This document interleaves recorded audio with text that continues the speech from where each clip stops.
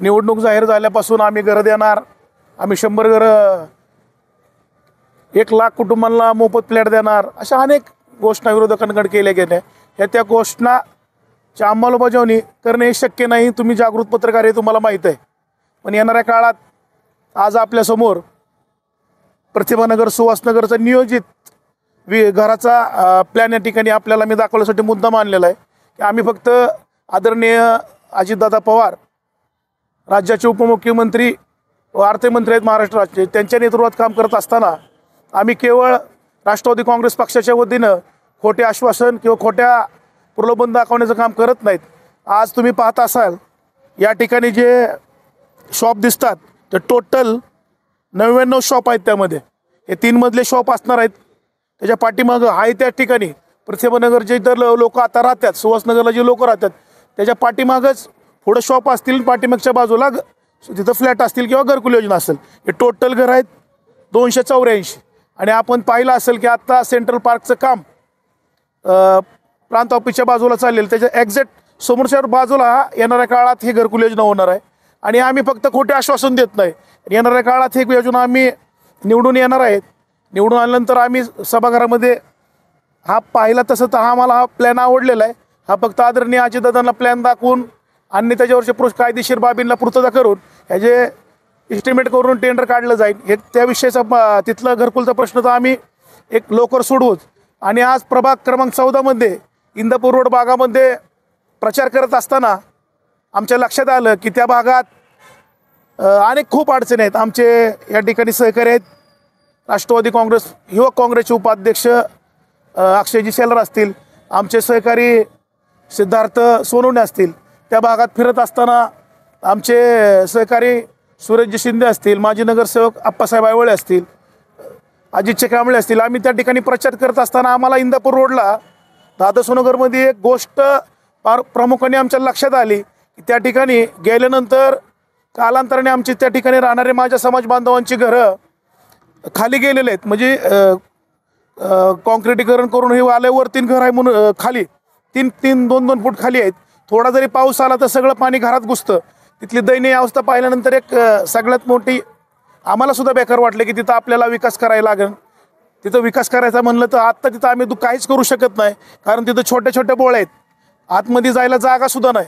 त्या भागाचा विकास करायचा असेल तर येणाऱ्या काळात राष्ट्रवादी काँग्रेस पक्षाच्या वतीने महाराष्ट्राचे उपमुख्यमंत्री अजितदादा पवार यांच्या प्रयत्नातून स्थानिक दोन्ही नगरसेवक जे निवडून जाणारच आहेत, लोकांचा आमचा विश्वास आहे, आम्ही पूर्व कामे केलेले आहेत, आम्ही खोटे आश्वासनं देत नाहीत.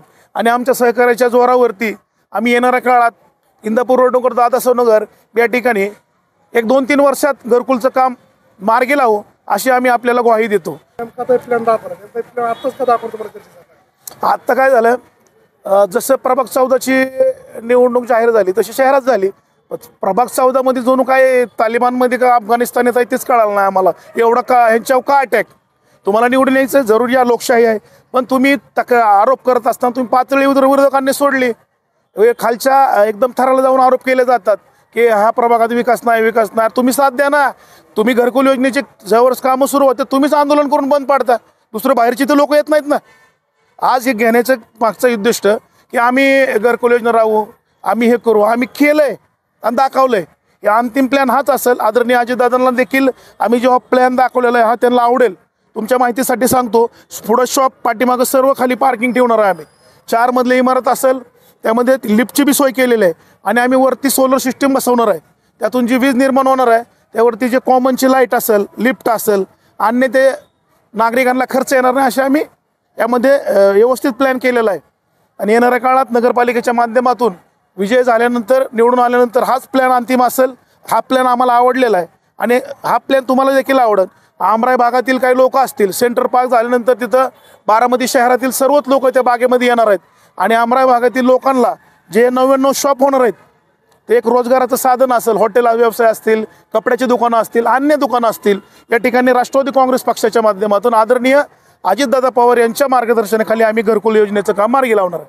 विरोधकाचं असं बी म्हणणं आहे की तुम्ही 2 वेळा तुम्हाला संधी भेटली, तुम्हाला व तुमच्या घरच्यांना, आता 3री वेळ आहे. इतके दिवस तुम्हाला काही सुचलं नाही कारण आत्ताच कसं होतं. विरोधकांना, माझ्या विरोधकांची जरा शॉर्ट टर्म मेमरी असेल.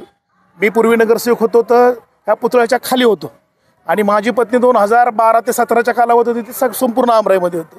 त्यावेळेस मी त्या ठिकाणी कॉन्क्रिटीकरण असेल, ड्रेनेज लाईन असेल, अख्खी त्या ठिकाणी कामं केली. पण तिथं छोट्या छोट्या बोळ्या असल्यामुळं मला जास्त कामं करता आलेली नाहीत. आणि आता मी स्वतः आहे.